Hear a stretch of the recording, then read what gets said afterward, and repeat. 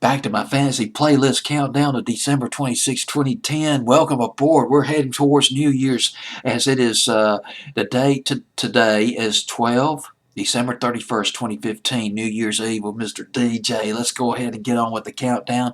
Number 36 down from 26 the previous week. Mumford and Sons with Little Lion Man rocking out on their debut album called Sign No More.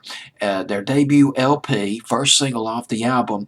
What Mumford and Sons, they rose in the West London folk scene not the early, but the late 2000s, along with Laurel Marling and also Noah the Whale. Noah the Whale had this fantastic record back in the summer of 2008 called 5 Years Time. It was one of these little novelty things I fell in love with.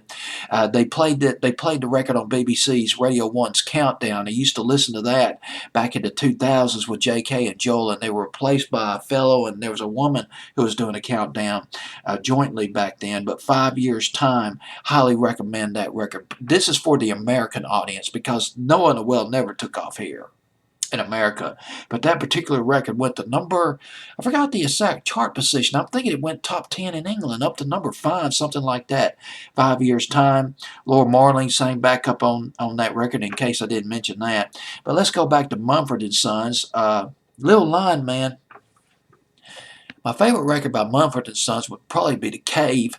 They bring back some of their first album in particular, they brought back some of the nostalgic old school folk sounds from back in the early to mid 60s, bringing to mind to me Peter, Paul and Mary, Simon and Garfunkel back in the 60s, the Kingsman Trio, the Highwaymen, got that little country banjo thing going there, just something straight out of the Grand Ole Opry. I mean, it's pretty cool.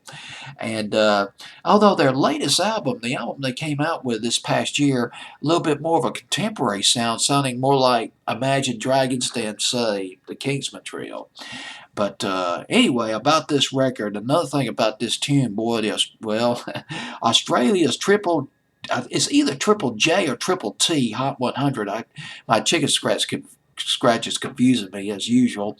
It's the largest music poll in the world. This Australian countdown. It's the hottest 100 radio countdown, at least in Australia. Well, they voted this record #1 song of the year. They declared this the record of 2010.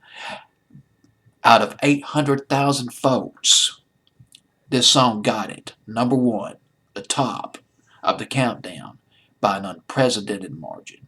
Mumford & Sons getting off to a very robust start back in 2010. This is Lil Lion Man at number 36 on my fantasy playlist.